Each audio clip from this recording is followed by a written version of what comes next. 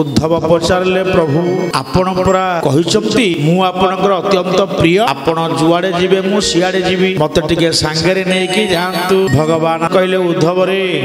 मु जुआड़े जीवी तू सियाड़े जाई परिबु नै कारण तू सेठिकी जीवार अधिकार नहीं ना कहीं ना मु जो धाम को जीवी से धाम सूर्य नहांती चंद्र नहांती अग्नि नहीं आकाश नहीं तेज नहीं किछि भी नहीं आउ जोठिकी थरे गले आउ थरे पुनरावर्ती जन्म हुए ना ये जन्म मरण चक्र जीव मुक्ति पाई जाए से परम धामटी होची मोर